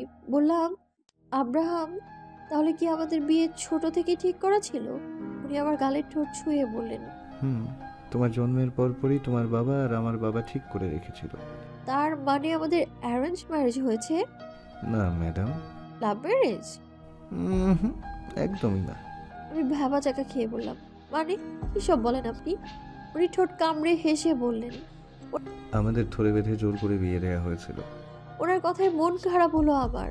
আমি মুখটা ছোট করে প্রশ্ন করলাম, আপনার কি আমাকে পছন্দ ছিল না আব্রাহাম? উনি শান্ত চোখে তাকালেন আমার অশ্রুসিক্ত চোখের দিকে। আলতোভাবে অধরে অধর ছুঁয়ে বললেন, আমি তো প্রথম দেখাতেই তোমার প্রেমে পড়েছিলাম। আমাদের বিয়েটা অনেক অনাকাঙ্ক্ষিতভাবে হয়েছিল। আমি আবদারের সুরে বললাম, বলুন না কিভাবে হয়েছিল। উনি আমাকে নিজের বুকের উপর শুয়ে দিয়ে বললেন, ঘুমাও, এখন রাত হয়েছে। আমি গাল ফুলিয়ে বললাম, সবসময় এমন করেন, একটু বলে কি হয়? আব্রাহাম ঠোঁট ছোঁয়ালো অদ্রির চুলে, নিচু স্বরে বলল, ওটা সারপ্রাইজ জান। রাত 12টা বেজে 2 মিনিট। ফাঁকা বিছানায় শুয়ে আছে অড্রি। বেলকনিতে দাঁড়িয়ে আছে আব্রাহাম, হাতে তার জ্বলন্ত সিগারেট। একটা টান দিতে কাশি উঠল তার। সিগারেটের গন্ধটাও যার সহ্য হয় না। সে কি আর সিগারেট খেতে পারে? কাশতে কাশতে চোখের কোণে পানি জমল তার। বুকের ভেতর চিনচিনে ব্যথা ভয় করলো। সেই ব্যথা সহ্য করতে না পেরে জ্বলন্ত সিগারেটের হাতের মুঠোয় চেপে ধরল সে। সেই পোড়া হাতের দিকে তাকিয়ে মুচকি আসলো আব্রাহাম, ব্যথিত কণ্ঠে বলল, হাজার সুখের মাঝেও কিছু ব্যথা লুকিয়ে থাকে, নীরব ব্যথা, যে ব্যথার কোনো ওষুধ হয় না, কাউকে বলা যায় না। এতটা দূরত্ব কবে সৃষ্টি হলো বলো তো? সেই দিনও তো আমার শার্ট নিয়ে টানাটানি করতি, কিভাবে ভুলে গেলি? এতটা দূরে সরিয়ে দিলি। আমার তোকে খুব প্রয়োজন, খুব। এই দিনটায় তোকে ছাড়া কাটাতে বড্ড কষ্ট হয় আমার। হ্যাপি বার্থডে ভাই আমার। রাত 1টা বেজে 36। বয়েজ হোস্টেলের প্রতিটা রুমে লাইট অফ। চারিদিকে গ্রাস করেছে নীরবতা। এই আধারের মাঝেই দূর থেকে ভেসে আসছে ঝিঝি পোকার ডাক। সেই ঝিঝি পোকার ডাকের সাথে সন্ত মিলিয়ে হেঁটে চলছে একটা পুরুষালী অবয়, আপদমস্ত কালো হুডি দিয়ে ঢাকা। পুরুষটার অস্তিত্ব যেন আধারের সাথে বিলীন হয়ে গেছে। বয়েজ হোস্টেলের গেটের সামনে এসে দাঁড়ালো সেই অবয়টি। ঠিক সেই সময় দেওয়াল টপকে হোস্টেল থেকে বেরিয়ে এলো আরহান। সামনে দাঁড়িয়ে থাকা আব্রাহামের দিকে তাকিয়ে বলল, ব্রো, আমি এখনো বাচ্চা না যে তোমার আমাকে এভাবে সবসময় নিজের সাথে রাখতে হবে। 2 বছর ধরে তোমার সাথে এসবে আছি, তাও তুমি আমাকে একা ছাড়ো না। এখন তো গান চালানোও শিখে ফেলেছি আমি, তাও এমন করো, আমার নিজেকে ছোট্ট বাচ্চা মনে হয়। আব্রাহাম পকেট থেকে মাস্ক বের করে এগিয়ে দিয়ে বলল, এতই বড় হয়েছিস যে মাস্কটা পরতে ভুলে যাস। আমরা মাফিয়ার জগতে আছি, এখানে কে কার ঘাড়ে পা দিয়ে উপরে উঠতে পারবে সেই আশায় ওত পেতে থাকে। তাই নিজের পরিচয় গোপন করা খুব জরুরি। তোকে নিয়ে আমি কোনো রিস্ক নিতে পারবো না, চল, দেরি হচ্ছে। আরহান মাথা চুলকে হাসে, হাত বাড়িয়ে মাস্কটা পরতে পরতে বলে, ভাই, সে কোন খান সাহেব এভাবে আমাদের সাহায্য কেন করছে বলতে পারো? আব্রাহাম তীক্ষ্ণ দৃষ্টিতে তাকাই, ঠোঁট এলিয়ে হেসে গাড়ি থেকে এগিয়ে গিয়ে দরজা খুলে ওর পরা হুডিটার মতোই সেম আরেকটা হুডি পরে এগিয়ে দেয় আরহানের দিকে। প্রতিটা কাজের পেছনেই একটা না একটা স্বার্থ লুকিয়ে থাকে। সেই ব্যক্তিরও হয়তো এর পেছনে বড় কোনো স্বার্থ লুকিয়ে আছে। আরহান হুডিটা গায়ে জড়িয়ে গাড়িতে গিয়ে বসে বলে, তবে যাই হোক, তার কাছে আমরা ঋণী। অদ্রিকে তো তার জন্যই ফিরে পেয়েছি। আরহানের চোখের সামনে ভেসে ওঠে সেই 1.5 বছর আগের দৃশ্যটা। একটা ছেলে অদ্রিকে কোলে নিয়ে এদিকে আসছে আব্রাহামের গাড়ির দিকে। অদ্রির রক্তাক্ত শরীরটা দেখে আব্রাহামের আর কোনো দিকে খেয়াল ছিল না। সে দৌড়ে গিয়ে অদ্রিকে নিজের বক্ষে মিশিয়ে নেয়। কিছুক্ষণ পর ছেলেটার দিকে তাকাতে সেখানে দেখে কেউ নেই। নিচে পড়েছিল একটা সাদা কাগজ, তাতে লেখা ছিল, আমার জীবনের অতি মূল্যবান মানুষটাকে তোমার কাছে ফিরিয়ে দিয়ে গেলাম। যত্নে রেখো, আগলে রেখো। আর কখনো ওর শরীর থেকে 1 ফোঁটা রক্ত ঝরলে তুমি আর ওকে ফিরে পাবে না। আমাকে খোঁজার চেষ্টা করো না, সময় হলে আমি নিজেই ধরা দিব। আব্রাহামও আর খোঁজার চেষ্টা করেনি, কারণ যে হারিয়ে যায় তাকে পাতাল থেকেও খুঁজে বের করা যায়। তবে যে নিজ থেকে হারিয়ে যায় তাকে খোঁজার বৃথা চেষ্টা ছাড়া কিছুই না। 2 ভাইয়ের কথার মাঝে গাড়ি চলতে থাকে আপন গতিতে গন্তব্যের উদ্দেশ্যে। পিতা একে একে সব মেয়েগুলোর হাতে পায়ের বাঁধন খুলতে থাকে। 100টা মেয়েকে নিয়ে পালানো তো আর 4টিখানি কথা না। যে জানে সে কোনো সময় এখানে হামলা হবে, সে নিজের চিন্তা করছে না। খান সাহেব তার কিছুই হতে দিবে না। মানুষটা যেভাবে হোক তাকে বাঁচিয়ে নেবে। তার চিন্তা হচ্ছে এই মেয়েগুলোর জন্য। সে চায় না আর কোনো মেয়ের বুক খালি হোক। প্রতিটা মেয়ের বাঁধন খোলার পর সবাই একে একে উঠে দাঁড়ালো। সবার মনেই ভয়, কখন কি যে হয়, শেষ বাড়ি পর্যন্ত ফিরতে পারবে তো? এমন সময় হঠাৎ শোরগোল শুরু হলো। গুলি যেন ঝড়ের গতিতে ছুটছে। আব্রাহাম গাড়ি থেকে নেমে আরহানকে বলল, আমি এদিকটা সামলাচ্ছি, তুই পেছন সাইড দিয়ে ভেতরে যা, মেয়েগুলোকে মুক্ত কর। কথাগুলো বলতে বলতেই আব্রাহাম এক এক করে গুলি ছুটছে। গুলি বর্ষণে মাটিতে লুটিয়ে পড়ছে ভিডিও দলীয় লোকগুলো, রক্তে ভেসে যাচ্ছে চারপাশ। এমন সময় আরহান খেয়াল করলো একটা গুলি ছুটে আসছে আব্রাহামের দিকে। সে ভয়ে চিৎকার করে বলল, ভাই সরো। আব্রাহাম সাথে সাথে বাঁদিকে সরে গেল কয়েকবার। গুলিটা এসে লাগলো গাড়ির কাজ বরাবর। আব্রাহাম রক্ত চোখে তাকালো সে লোকটার দিকে। তাতে ভয়ে কেঁপে উঠল সে লোকের আত্মা। এমন রক্তলাল ভয়ঙ্কর দৃষ্টিতে তাকালে যে কারোরই বুক কাঁপে। আব্রাহাম সেকেন্ডের মধ্যে শুট করলো, ঠাস করে একটা শব্দ হলো, লোকটা মাটিতে লুটিয়ে পড়লো। ততক্ষণে আব্রাহামের সকল গার্ড এসে হাজির। এক একে সব ক্রিমিনালগুলো মাটিতে লুটিয়ে পড়লো। আবরাম নিশ্চিত হয়ে গেল গোডানের ভিতর পা রাখার সাথে সাথে শব্দ হলো একটা, মাটিতে লুটিয়ে পড়লো পিতা। রক্তে রঞ্জিত হলো মেয়েটার সাদা কামিজ। তা দেখে দৌড়ে গেল আবরাম, মেয়েটাকে কোলে তুলে নিয়ে সামনের দিকে পা বাড়ালো। পিতার চোখ বুজে আসছে, কাঁধ বেয়ে রক্ত গড়িয়ে পড়ছে। সে অস্পষ্ট স্বরে বলল, খান সাহেব, আপনি কোথায়? আবরাম তা শুনতে পেল। খান সাহেব শব্দটা চেনা চেনা লাগলো তার। মস্তিষ্কে চাপ প্রয়োগ করতেই চোখে ভাসলো সেই সাদা চিরকুটটা। আবরাম পিতার দিকে তাকিয়ে বলল, চোখ খুলে রাখার চেষ্টা করুন মিস। আরহান, জলদি গাড়ির দরজা খুল। আবরাম ছুটে যায় গাড়ির দিকে। আবরাম গাড়ির সামনে আসতেই জোরে একটা বাইক এসে থামে আবরামের ঠিক সামনে। ঝড়ের গতিতে ছুটে আসে একটা ছেলে। মুখটা ঠিক বোঝা যাচ্ছে না মাস্কের কারণে, তবে তার চোখে অশ্রু জলজল করছে। সে আবরামের সামনে এসে দাঁড়ায়। আবরাম ভুরু কুচকে তীক্ষ্ণ দৃষ্টিতে আপাত মস্তক পরখ করে ছেলেটাকে। কিছু বলার আগে ছেলেটা হাত বাড়িয়ে ছুঁয়ে দেয় পিতার গাল। পিতার পিটপিট করে তাকায়। রক্তাক্ত হাতে বহু কষ্টে ছুঁয়ে দেয় ছেলেটার হাত। ছেলেটা যেন হুঁশ ফিরল তাতে। সে অস্থির কণ্ঠে বলে, পৃথু, এই বৃথা, কি হয়েছে তোমার? এত রক্ত কিসের? এই বৃথা, জান আমার, কেন শুনলে না আমার কথা? কথাগুলো বলতে বলতে চোখ গড়িয়ে অশ্রু ঝরল ছেলেটার। আবরাম ভালোভাবে খেয়াল করতে চমকে গেল। এটা তো 1.5 বছর আগে সেই ছেলেটা। আবরাম ছেলেটাকে বলল, ওনার ব্লিডিং হচ্ছে, এই মুহূর্তে হসপিটালে নিয়ে যাওয়াটা খুব বেশি প্রয়োজন, নয়তো কিছু একটা। আবরাম কথাটা শেষ করার আগে গর্জে উঠল সেই ছেলেটি, কিছু হবে না, ওকে আমার কাছে দাও। আবরাম এগিয়ে দিল পিতাকে, বলল, আচ্ছা ঠিক আছে, আপনি প্লিজ গাড়িতে উঠুন। আরহান গাড়ির দরজাটা খুলে দিতেই ভিতরে পিতাকে নিয়ে বসলো ছেলেটা। আবরাম ড্রাইভিং সিটে বসে গাড়ি স্টার্ট দিল। আরহান ছুটে এসে বসলো ড্রাইভিং সিটের পাশের সিটে। পেছন থেকে ভেসে আসছে ছেলেটার আকুতি ভরা কণ্ঠস্বর, পৃথা, প্লিজ চোখ খোলো।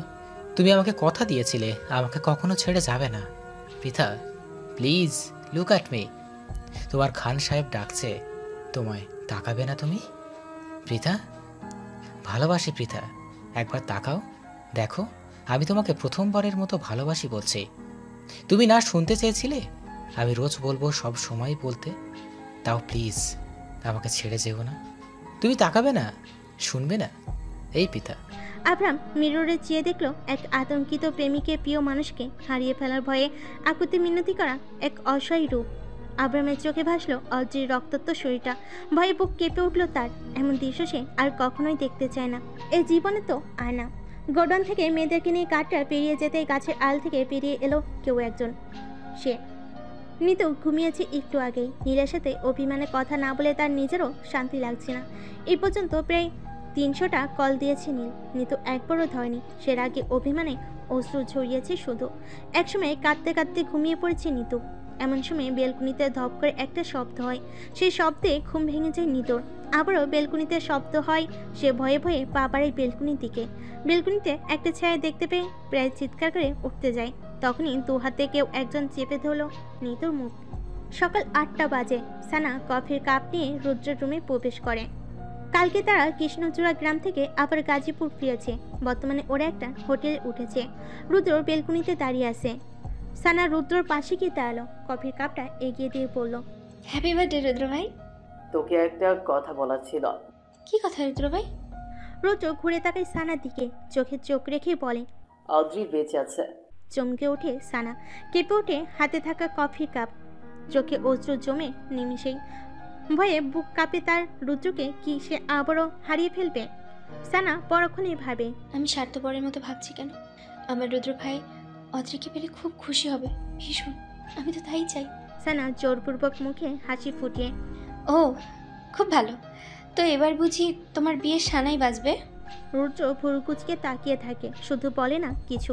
সানা সেই দৃষ্টিতে দৃষ্টি মেলাতে পারে না। হাতের কাপটা রেখে দেয় টেবিলে, তারপর বলে, রুদ্র ভাই, আমার একটা পেশেন্টকে কল করতে হবে, আমি বরং যাই।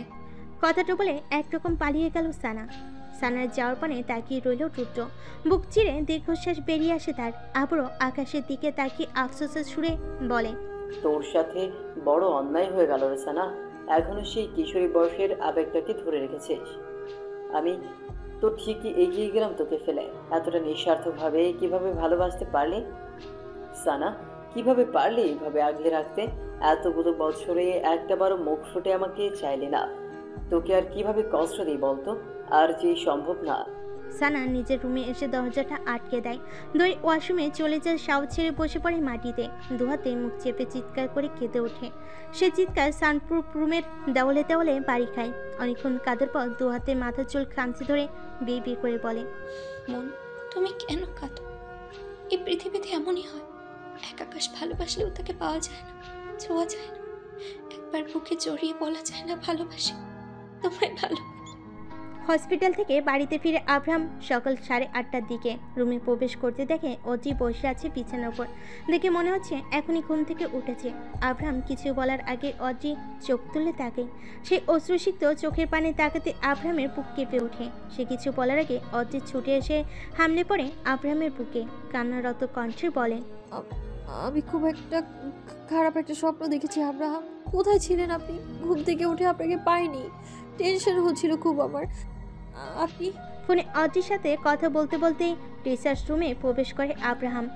সামনে তাকিয়ে দেখলো একটা নীলকোট পরা একজন পুরুষ দাঁড়িয়ে আছে। আব্রাহামের বড্ড চেনা এই অবৈ। মুহূর্তেই তার হৃদস্পন্দন অস্বাভাবিক হলো। এই মানুষটাকে সে হাজারো মানুষের ভিড়ে এক পলকেই চিনে ফেলতে পারবে। সে একই রকমের চুলে কাটিং, শারীরিক গঠন, ড্রেস আপ সব সেম। তাও কি আব্রাহাম চিনবে না এই মানুষটাকে? অসম্ভব। উত্তেজনায় গলা শুকিয়ে আসলো আব্রাহামের। শুকনো ঢোক গিলে কোনো মতে বলল, I will call you later. সে শব্দে ফিরে তাকালো সামনে থাকা মানুষটিও। মুহূর্তেই শরীরে মৃদু কম্পন অনুভব করলো আব্রাহাম। 1.5 বছর পর এত কাছের মানুষটাকে দেখলো সে। সব অভিমান অভিযোগ খাওয়াই মিলিয়ে গেল। চোখে চোখ পড়তে আব্রাহামের মনে হলো রুদ্র সেই আগের মতোই তখনই ছুটে আসবে, জড়িয়ে ধরে বলবে, তোকে অনেক মিস করেছি ভাই, তুই জানিস না আমার তোকে ছাড়া একদমই চলে না।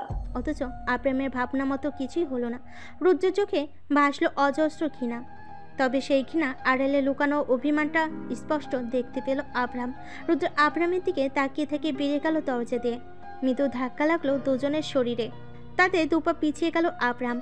সে অবিশ্বাস্য দৃষ্টিতে চেয়ে রইল রুদ্রর গমন পথের দিকে। রুদ্র একবার ফিরেও তাকালো না। আব্রাহামকে এভাবে তাকিয়ে থাকতে দেখে এগিয়ে এলেন বাংলা বিভাগের শিক্ষিকা মিস এলিনা। বলেন, মিস্টার রুদ্র চৌধুরী, নতুন টিচার। শুনলাম আপনার মতো লন্ডনে পড়াশোনা করেছেন, এভাবে তাকিয়ে আছেন, আপনি বুঝি চিনেন তাকে? মিস এলিনা কথার ধ্যান ভাঙে আব্রাহাম। সে বিরক্তি ভঙ্গিতে তাকায় হাতে থাকা ফোনের দিকে। এই মহিলাটা অনেকটা গায়ে পড়া টাইপের। সেই প্রথম দিন থেকে আব্রাহামের সঙ্গে ভাব জমানোর চেষ্টায় ব্যস্ত। এখনও আনমেরিড সুন্দরী শিক্ষিকা বলে হয়তো আব্রাহামকে মনে ধরেছে মিস এলিনার। আব্রাহাম সৌজন্যতার খাতিরে কিছু বলল না, ফিরেও তাকালো না। এসব গায়ে পড়া মেয়ে মানুষে তার অ্যালার্জি আছে। ড্যাম কেয়ার ভাব নিয়ে চলে গেল সে নিজের কেবিনে। ঠিক আধা ঘন্টা পর তার ক্লাস আছে। মিস এলিনা মুগ্ধ হয়ে তাকিয়ে আছেন আব্রাহামের চাওয়ার পানে। আব্রাহামের এমন অ্যাটিটিউডের কারণেই তো তিনি 28 বছরের জীবনে দ্বিতীয়বার প্রেমে পড়েছেন। আব্রাহাম হঠাৎ কল কেটে দেওয়ার কপালে চিন্তার ভাঁজ পড়ে আমার। হঠাৎ কি হলো কিছুই বুঝতে পারলাম না। সবসময় এমনটাই হয়, এই লোক কখনো আমার মতামত গ্রাহ্যই করে না। অসহ্য অসহ্য, সবকিছু অসহ্য। উফ। ওনার কেবিনের দিকে তাকিয়ে হাঁটছিলাম আমি। হঠাৎ করে কার সাথে যেন ধাক্কা লাগলো। মাথা তুলে তাকাতেই দেখি একটা ফর্সা লম্বা লোক, মেজাজ খারাপ ছিল এমনিতে, তার উপর আবার এই উটকো ঝামেলাটা। উফ। রাগের বসে বাজ খাই কণ্ঠে বললাম, এই চোখে দেখতে পান না অন্ধ লোক? মেয়ে দেখলে গায়ে পড়তে ইচ্ছে করে? রুদ্র কিছু বলল না, শুধু শান্ত চোখে তাকালো। এই মুখটা দেখে কেন যেন তার সেই আগের মতো ফিলিংস হচ্ছে না। হৃৎপিণ্ড কেঁপে কেঁপে অনুভূতি জানান দিচ্ছে না। হঠাৎ তার এমন পরিবর্তনের মানেটা সে নিজে ধরতে পারল না, ধরার চেষ্টা করলো না। হঠাৎ তার চোখে ভাসলো জানের ভাই প্রাণের বন্ধুর মুখটা। সাথে সাথেই হিংসায় জ্বলে উঠল তার মন। মস্তিষ্ক বারবার সংকেত পাঠাচ্ছে এই মেয়েটার কারণেই আব্রাহাম তাকে ঠকিয়েছে। সে 1.5 বছর যাবৎ কষ্ট পেয়েছে। ভাবনার মাঝে রুদ্র শান্ত চোখজোড়া আগ্নেয়গিরির উত্তপ্ত লাভানাই জ্বলে উঠল। লোকটাকে আর কিছু বলার আগেই ফোনটা বেজে ওঠে আমার। আব্রাহামের নাম্বারটা দেখেই অভিমানে মন ভরে উঠলো আমার। ফোনটা রিসিভ করে কানে ধরতে ওপাশ থেকে ভেসে আসে, এই মুহূর্তে আমার কেবিনে তোমাকে দেখতে চাই, right now, no more excuse. কথা শেষে কিছু বলবো তার আগেই কল কাটার শব্দ কানে ভেসে আসে। তাতেই আমার নিভে যাওয়া রাগটা আবারও ধপ করে জ্বলে ওঠে। রাগে ইচ্ছে করছে ওনার সিল্কি চুলগুলোকে টেনে ছিঁড়ে উড়িয়ে দিতে একদম। আমি রাগে ধপ পা ফেলে এগিয়ে গেলাম ওনার কেবিনে। আজ এর একটা বিহিত করেই ছাড়বো আমি। রুদ্র এখনো অগ্নি দৃষ্টিতে তাকিয়ে আছে অদ্রিত যাওয়ার পানে। তার ইচ্ছা করছে দুনিয়াটা জ্বালিয়ে পুড়িয়ে ছারখার করে দিতে। পরক্ষণে কি ভেবে যেন সে ঠোঁট এলিয়ে হাসলো। সে হাসি বড্ড রহস্যময়। একটা ছোট্ট প্রতিশোধ না নিলে আমার হৃদয়ের দাউ দাউ করে চলতে থাকা আগুন যে নিভবে না আব্রাহাম। মাই ব্রাদার, শুধু একটু সময়ের অপেক্ষা। হাতে জোরালো ধাক্কায় দরজাটা খুলে কেবিনে প্রবেশ করলাম আমি। ঠাস করে আবারও দরজাটা লাগিয়ে দিয়ে ওনার দিকে আঙুল তাক করে রাগী দৃষ্টিতে বললাম, এই সমস্যা কি আপনার? হ্যাঁ, সবসময় এত ভাব নিয়ে ঘুরেন কেন? নিজের বউয়ের সামনে এত কিসের ভাব আপনার? ভাবের ঠেলা ভুলে যান নাকি আমি কে? আপনার রুদ্রকে হঠাৎ চোখের সামনে দেখে আব্রাহাম দুঃখের সাগরে ভাসছে। এমন সময় প্রিয় নারীর সান্নিধ্য তার হৃদয়ে প্রশান্তির ঝড় বইল। রাগে ফুলে ওঠা প্রিয়তমার মুখশ্রী দেখে সে আর নিজেকে আটকাতে চাইল না। কথাটা শেষ করতে পারলাম না, তার আগেই একটা শক্তপোক্ত হাত আমার কোমরে অনুভব করলাম। পরক্ষণে ঠোঁটে আব্রাহামের উষ্ণ ঠোঁটের ছোঁয়ায় মাথায় জ্বলতে থাকা রাগের আগ্নেয়গিরিটা কেমন ধপ ধপ করে নিভে গেল। এই বজ্জাত রাগটাও আমার সাথে বেইমানি করে আমায় ছেড়ে চলে গেল। স্পর্শ গাঢ় হতেই অনুভূতিতে চোখ খিচে বন্ধ করে নিলাম আমি। কিছুক্ষণ পর আব্রাহাম আমার কপালে কপাল রেখে চোখে মুখে উষ্ণ নিঃশ্বাস ফেলে ঘোর লাগা কণ্ঠে বলল, মৃত্যুর আগ পর্যন্ত, শেষ নিঃশ্বাস পর্যন্ত তোমাকে ভুলতে পারা অসম্ভবের চেয়েও অসম্ভব মিসেস শেখ। ওনার হঠাৎ এমন কাছে আসা, হঠাৎ এমন ভিন্ন সম্বোধনটা বিভ্রান্তিতে ফেললো আমায়। টেনে হিচড়েও কণ্ঠনালী থেকে একটা শব্দ উচ্চারণ করতে সক্ষম হলাম না আমি। কোনো মতে ওনার শার্টের কলার চেপে ধরে ব্যালেন্স রাখার চেষ্টা করছি। মনে হচ্ছে এক্ষুনি আমি সেন্সলেস হয়ে যাব। বহু কষ্টে পিট চোখে তাকাতেই চোখ পড়লো ওনার অন্যরকম ঘোরে আসক্ত নিঃস্বাক্ত চোখে। অদ্রিকে তাকাতে দেখেই আবার বেসামাল হলো। অদ্রিক ঠোঁটে ঠোঁট মিলিয়ে আব্রাহাম দুহাতে এতটুকু শরীরটাকে বুকের সাথে আগলে নিয়ে পিছিয়ে গিয়ে চেয়ারে বসলো। এবার আব্রাহাম যেন আরো বেপরোয়া হয়ে উঠেছে। বিনা সংকোচে হাত গলিয়ে দিল মেয়েলি কোমরে, পিঠে ভাজে ভাজে। ওনার এমন বেতাল স্পর্শে হুঁশ জ্ঞান হারিয়েছিলাম প্রায়। তখনই মাথায় খেলো এটা আব্রাহামের কেবিন। যে কোনো সময় যে কেউ এখানে এসে পড়তে পারে। টিচার আর স্টুডেন্টকে এমন কোয়ালিটি টাইম স্পেন্ড করতে দেখলে অবশ্যই বাজে কমেন্ট করবে সবাই। আলতো হাতে ধাক্কা দিলাম ওনার কাঁধে, তাতেও কোনো প্রতিক্রিয়া নেই তার মাঝে। এবার আর না পেরে জোরে খামচি বসিয়ে দিলাম ওনার কাঁধে, তাতেও কোনো কিছু লাভ হলো না। আমি ব্যর্থ হয়ে হাজারো দুশ্চিন্তা নিয়ে তার স্পর্শে সায় দিতে বাধ্য হলাম। মনের অনুভূতিগুলো যেখানে তার সঙ্গ চায় সেখানে কি অন্য চিন্তা স্থান পায়? কিছুক্ষণ পর আব্রাহাম ছাড়লেন আমায়। আমি পিট করে তাকিয়ে আবারও ওনার ঘোর লাগা দৃষ্টিতে তাকিয়ে কাঁধের মৃদু ধাক্কা দিয়ে বললাম, ছাড়ুন, এটা আপনার কেবিন। কেউ এসে টিচার স্টুডেন্টের মাঝে এসব দেখলে বাজে মন্তব্য করবে। এর কথায় রাগে চল শক্ত হলো আব্রাহামের। সে মুখ নামিয়ে কামড় বসালো আমার নরম তুলতুলে গলার খাঁজে। হিসিয়ে বলল, I am fucking care of this society.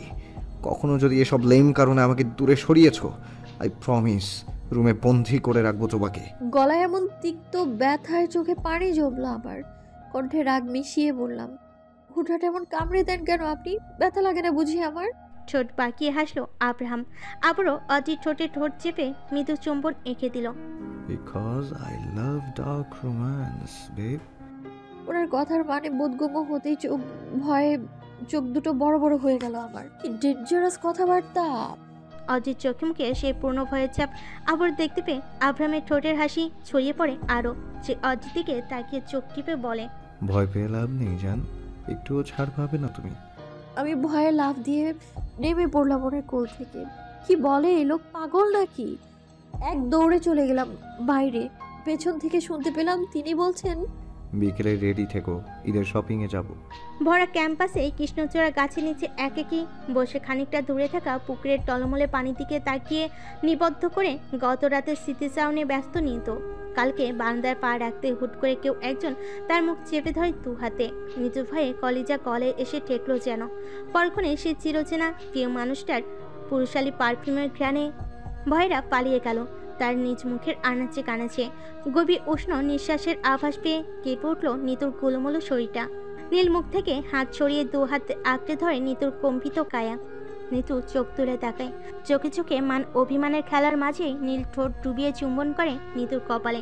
সে গভীর স্পর্শে নিতুর নখ টেবে যায় নীলের ঘাড়ে। সেই তীক্ষ্ণ ব্যথাকে পাত্তা না দিয়ে নীল আকুতি ভরা কণ্ঠে নাকে নাক ঘষে বলে, sorry baby, my little queen, I am really very very sorry. Please এবারের মতো মাফ করে দাও। নিতু চোখ রাখে সেই অস্থায়ী চোখও জড়ায়। বাহাতের তর্জনীটা রাখে নীলের হৃৎপিণ্ড বরাবর। কণ্ঠে আকাশ সমান অধিকার মিশে আবেগী কণ্ঠে আওড়ায়। আপনি শুধু আমার নীল, শুধুই আমার। কথা দিন আপনার এই হৃদয়টা আজীবন শুধু আমার নাম জপবে, শুধু নিতুর হয়েই থাকবে। বলুন। কথা দিচ্ছি যতদিন এই নীল শ্বাস নিবে ততদিন প্রতিটা নিঃশ্বাসে মিশে থাকবে রূপাঞ্জনার সম্মোহনী চুলের ঘ্রাণ। ওই নীল শুধুই নিতুর, কেবলই নিতুর। কি সহজ স্বীকারোক্তি। এতে নিতুর অভিমানের পাহাড়টা যেন ভূমিকম্পে ন্যায় হঠাৎ ধসে পড়ল, মিলিয়ে গেল হাওয়ায়। নিতুর ঠোঁটে খেলে গেল লাজুক হাসি, নির্দ্বিধায় এলিয়ে দিল নীলের প্রশস্ত বুকে। কথাগুলো ভেবেই মিটিমিটি হাসছে নিতু। ঠিক তখনই পাশে এসে বসে কেউ। আমি দৌড়ে এসে বসলাম নিতুর পাশে। এটা কি যেন ভাবছে আর মিটিমিটি হাসছে।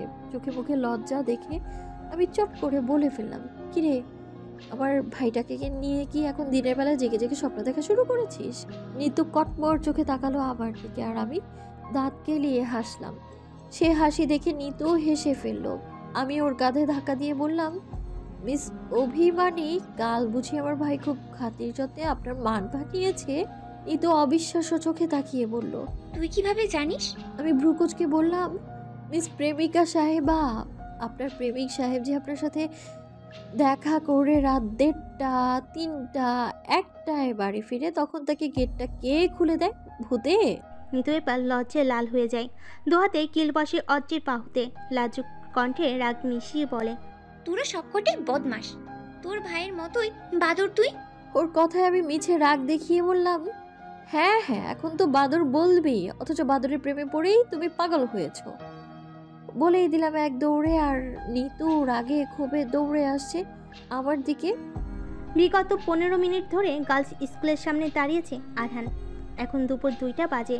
গেটের দারোয়ানটা বুঝি নতুন এসেছে, তাই তো সে বারবার কেমন করে তাকাচ্ছে আরহানের দিকে। সে বোধহয় আরহানকে কোনো পকেটের সাথে মিলানোর চেষ্টায় ব্যস্ত। আরহান এসবের পাত্তা দিল না। সামনে তাকাতেই তার ভ্রু কুঁচকে এলো। সবুজ স্কুল ড্রেস পরে কাঁধে ব্যাগ ঝুলে বেরিয়ে আসছে শাকিরা। মেয়েটা এমনই পিচ্ছি, এমন স্কুল ড্রেসে আরহানের কাছে আরও পিচ্ছি পিচ্ছি মনে হচ্ছে। সে আফসোসের সুরে বলল, কবে বড় হবি তুই? কবে বিয়ে হবে, বাসর হবে? কবে বাচ্চা কাচ্চার বাপ হব আমি? হ্যালো বন্ধুরা, পরবর্তী পার্ট খুব তাড়াতাড়ি আসবে, তো সবাই অপেক্ষায় থাকো। আর চ্যানেলটি যারা এখনো সাবস্ক্রাইব করোনি তারা পরবর্তী পার্ট দেখার জন্য চ্যানেলটি সাবস্ক্রাইব করে রেখো। ধন্যবাদ সবাইকে, আমাদের সাথেই থেকো।